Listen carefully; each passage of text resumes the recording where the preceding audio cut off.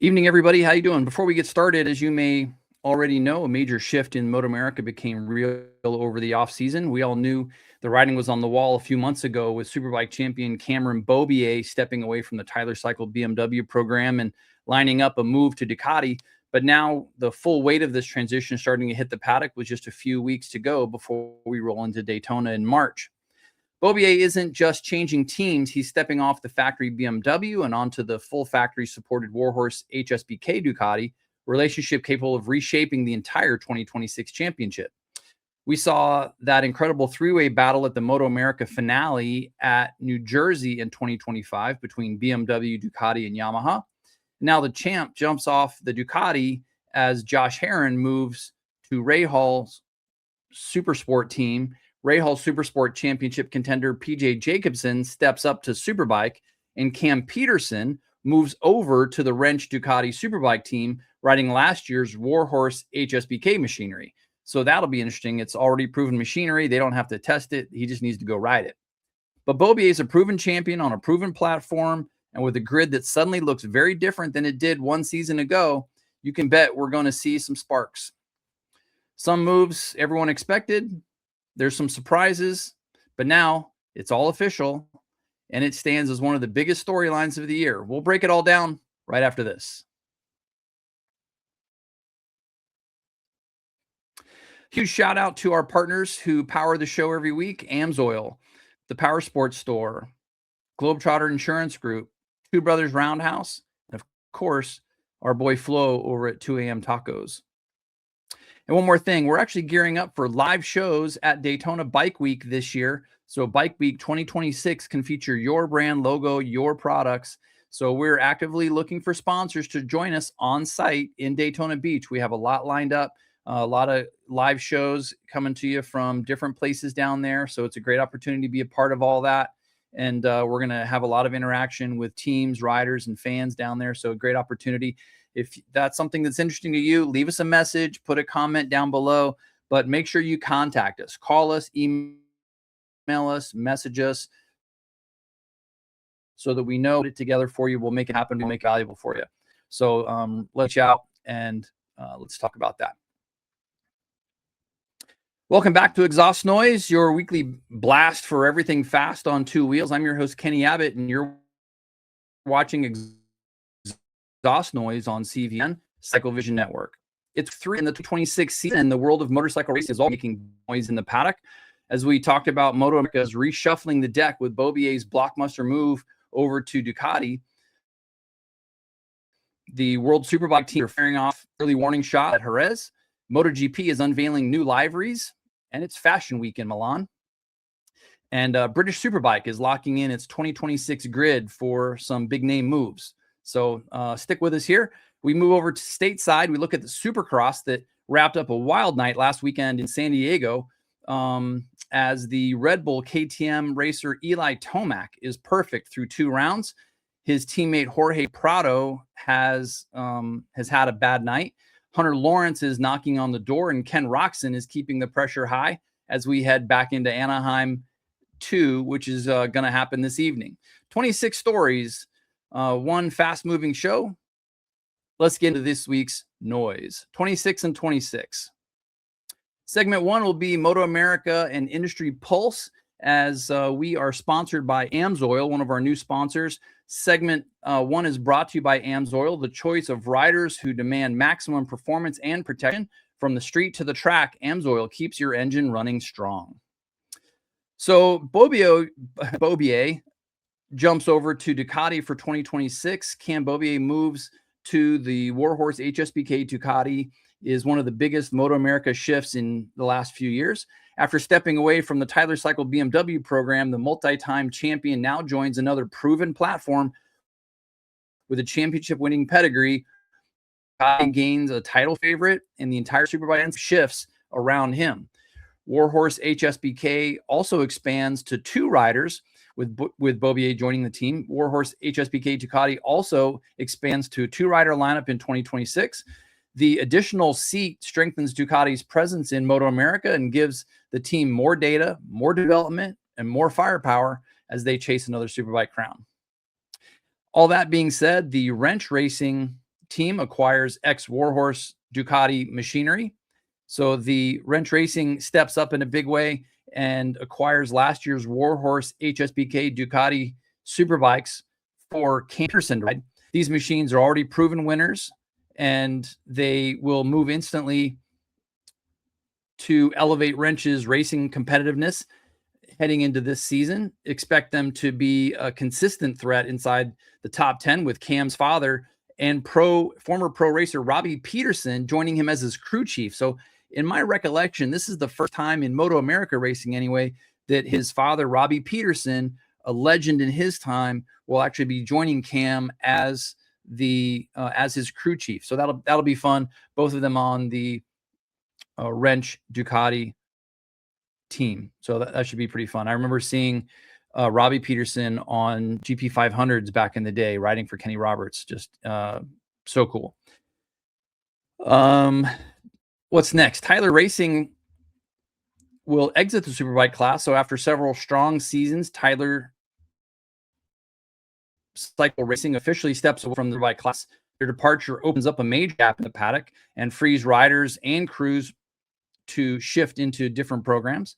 It's one of the biggest structural changes Moto America has seen in the past few years. So what do you think about all that? Who do you think are going to be the top 3 contenders in the Moto America Superbike this year? Leave us some comment below.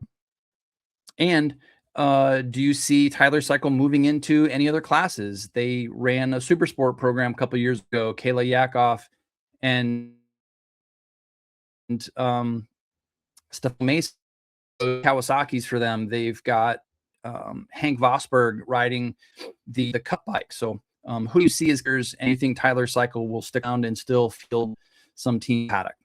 Speaking of young riders, Elisa Gendron returns to Twins Cup this year. And the Moto America Twins Cup class in 2026, stepping back into a young and very talented class led by last season's top 6 finishers in the 2025 championship, including Alessandro Di Mario, Matthew Chapin, Hank Vosberg, Avery Dreyer, and Larry Batty, as well as Dominic Doyle. These riders set the pace in the last couple years and are expected to be contenders again, making Belen's return a very strong addition to the already very competitive field. Segment 2, we're going to talk about MotoGP and World Superbike. And this segment is brought to you by the Power Sports Store, your Midwest home for motorcycles, parts, service, and everything you need to keep you riding. Whether you are racing or going to track days, the Power Sports Store has what you need. Everything from suits and boots to tune-ups and race parts. Call our friends at the Power Sports Store in Cincinnati. Like news, in the 2026 season with another at Jerez, and its 2026 season preparations with this private test. Teams focused on electronics, tire wear, long run consistencies, giving an early look at which manufacturers have made some of the biggest off-season gains. And one of the stories that came up in this is that riders are only allowed to do a certain number of days testing. And so the importance of test riders starts to come into play here, because some teams test riders ride like the first day to kind of work some of the bugs and just make sure that the bikes were up to speed. And then the primary rider got on the bike the second or third day, or maybe just the third day, saving some of those allocated days for later in the season in case they need them. So we'll see whether that was smart or not, but teams start off the season in Jerez. And after one day of riding in the rain, day 2 is actually dry. And we saw Nicolo Bulega continue to impress as he led early winter testing. His pace on the Ducati Superbike signals that he's ready to challenge for the wins right out of the gate in 2026. And the team appears confident in their off-season development. Alex Lunia on the by Kawasaki was 9 seconds off the top time on day number 2. He jumped near the top of the timesheet immediately and logged consistent laps on that Bimota by Kawasaki. Xavi Verde was on Maxxis Yamaha. He continued to adapt to that R1, fishing P3 on day 2 and showing the strong pace in the mixed conditions. We'll see how that motorcycle gets on. Remember, they're on a V4. I think they're still trying to develop that V4 Yamaha this year. So we'll see what they get out of that. Sam Lowes is on the Mark VDS Ducati, wasting no time, getting up to speed after sitting out day 1. His minute 39.8 put him P4, showing he's already comfortable on that brand new Ducati. Michael Vandermark is on the BMW test team. He was the fastest BMW rider, finishing just a half second off Bulega's time. He will set the pace with a on the BMW team riders. Right behind him, though, was the Rocket BMW of Miguel Oliveira. The MotoGP veteran continues to adapt to the Rocket BMW Superbike, finishing P12 and showing promise for the newcomer, who's not a newcomer. He's just stepping back off the MotoGP, but he's new to that motorcycle, so it'll take him a minute maybe to get used to it. Bautista begins a new chapter with Barney Ducati. So Bautista, another guy who's been running up front for years. He begins his next chapter with Barney Ducati after leaving the factory squad. The veteran rider brings championship experience to the independent team, and early feedback suggests that he's actually doing really well to the new environment, which should bode very, very well for the Barney Ducati team altogether. Petrucci's first BMW test was really important to them. Petrucci says that after completing his first test on the BMW M1000RR, he called it really important for understanding the bike's strengths and weaknesses. He transitioned from Ducati BMW is going to be one of the most intriguing storylines heading into this new season, as we've seen some of the other riders go the other way, right? They go from BMW to Ducati, not from Ducati to BMW. So who do you see being the championship contenders this year in the Superbike class, in the World Superbike class, rather? Make sure you leave comments below and let me know what you think about the World Superbike Championship. Who are we going to see top 5, and who do you see as a championship contender there? In MotoGP, Trackhouse Aprilia unveiled their 2026 liveries. They are showcasing bold colors and a refreshing design that reflects the team's growing presence in the paddock. The reveal generated strong fan reactions and sets a tone for their second full season in the paddock. What do you think about their new colors? If you've seen them, last year they were bright blue, sort of that Columbia blue, and they had some yellow accents. Aprilia in general is doing a full overhaul of their colors this year through all the different factory teams and stuff. So what do you think of their new colors? Make sure you leave a comment below. Yamaha enters the V4 era. Again, Yamaha officially enters the V4 era with new MotoGP engine platform. The shift marks a major departure from decades of inline 4-cylinder development and signals Yamaha's commitment to regaining competitiveness at the top level. What do you think about this new platform? Do you think that the V4 is going to work for them? Obviously, other manufacturers, some have made it work and some haven't. So what do you think this is going to happen? I mean, obviously, Yamaha has struggled in the past. They have to do something. So maybe this is the answer, maybe not. What do you think? Leave a comment below. They didn't show very well in MotoGP last couple of years. So maybe the V4, maybe they've done enough testing on it to prove it better. And if you watch some of the testing, they're not really showing that they're any better necessarily, but at the same time, they might not just be showing all their cards. So we'll see. Ducati celebrates 100 years with special livery this year. They'll have a special edition 100th anniversary Ducati livery that pays tribute to the brand's racing heritage. The design blends modern aero with classic Ducati red, creating one of the most anticipated liveries of the year. Have you seen it yet? What does it look like? And what are your thoughts on it? Of course, it's going to be bright red. And like we just spoke about, Aprilia reveals Lion's Head RS GP, Aprilia is unveiling the striking lion head graphic on all their 2026 RSGP machines, symbolizing power and aggression. They designed it, and it's been very quickly become one of the fan favorites and reinforces Aprilia's identity as one of MotoGP's most creative manufacturers.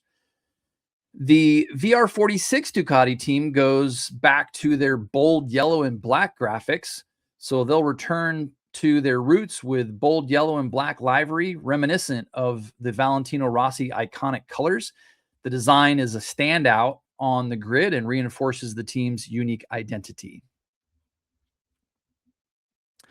Segment 3, we look at the British Superbike, or BSB paddock, and this segment is brought to you by Globetrotter Insurance Group, protecting street and track riders, RVs, trailers, motorhomes, classic cars, and your business bop, and of course, your home and auto, with coverage built for the open road. Called Globetrotter Insurance Group. You can reach them just by leaving a message just send us a message and we'll get you in touch with that. License in 4 states up here in the Midwest.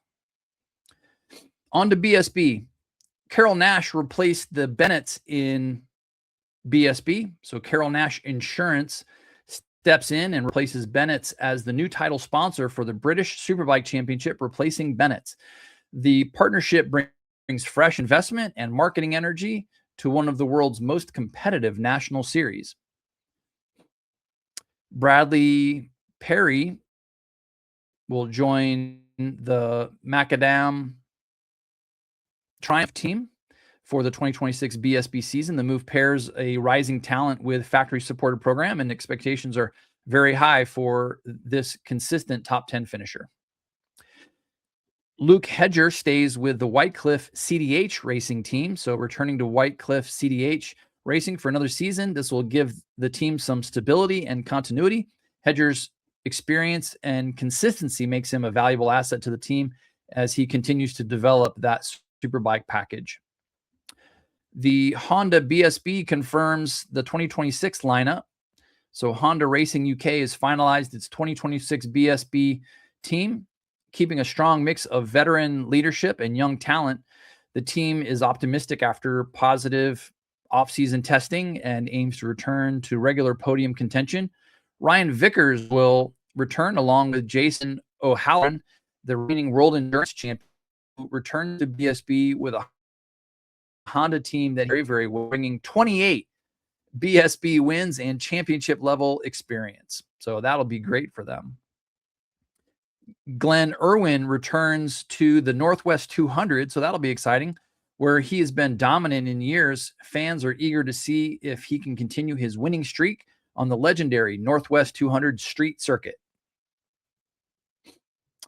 Back over to North America, the CSBK, Canadian Superbike Championship, confirms their 2026 schedule. So make sure you check them out. Officials have released the 2026 schedule featuring a balanced mix of classic venues and fan favorite Canadian circuits. The series continues to grow in popularity and competitiveness, and they'll also add Calabogi Motorsports Park to the CSBK calendar. So Calabogi returns after a brief absence. The technical flowing circuit is a favorite among Canadian riders and adds a wide variety to the championship track lineup.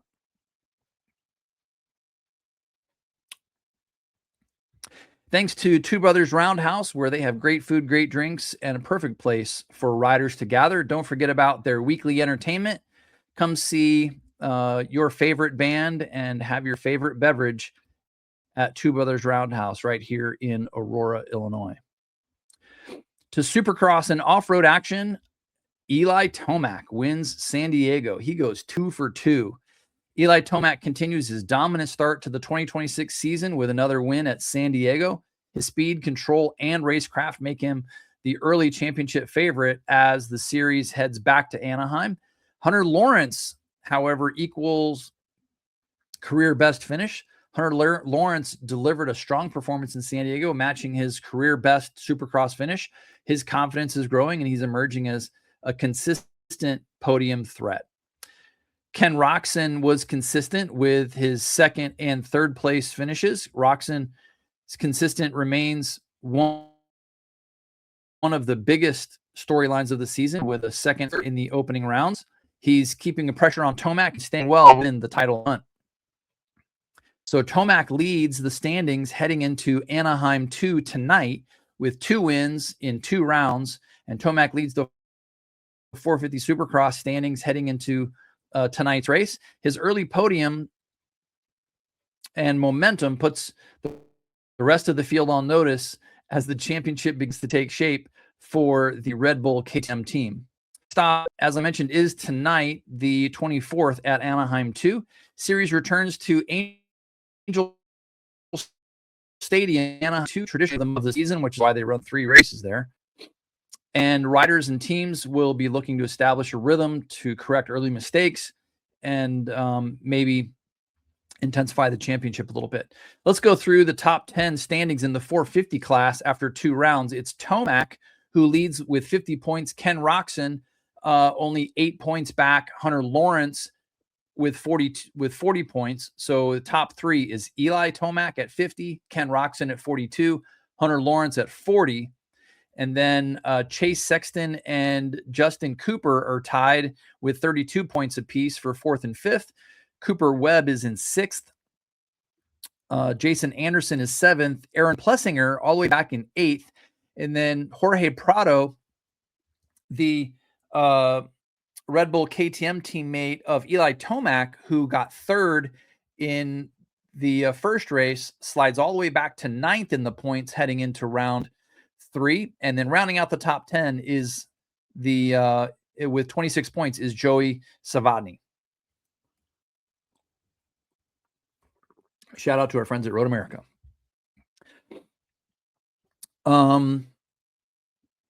Yeah, Daytona's coming up next. And just a quick little excerpt. I got a message yesterday that Daytona is going to have me down for the spring race, so I will have a chance to be down on there.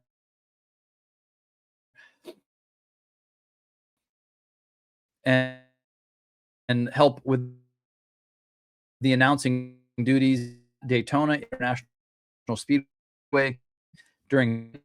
So again, make sure and some podcasts and all kinds of others there at Daytona. So go us, call, email, whatever you want to do, and let's get you dialed in for sponsorships at Daytona. Really helps us out a lot. Get down there and put up the equipment, set everything up, and get everything going for you. So Exhaust Noise Live is rolling into during Daytona week, and we're opening the door for a select group of partners to join us. If you want your brand of street riders, professional racers, and the entire CVN community, now's the time to reach out. Multiple live shows from Daytona International Speedway with in-show mentions, social media. Reach out and let's lock in your Daytona live sponsorship. That's going to be it for this week's edition of Exhaust Noise on CVN Cycle Vision Network. Thanks for hanging out with us as we break down the biggest stories in the motorcycle industry. The season is already making in the paddock. Every week, momentum keeps building. Two Brothers Roundhouse and 2 AM Tacos, the companies that keep cameras rolling and the mics hot. Make sure you follow, subscribe to CVN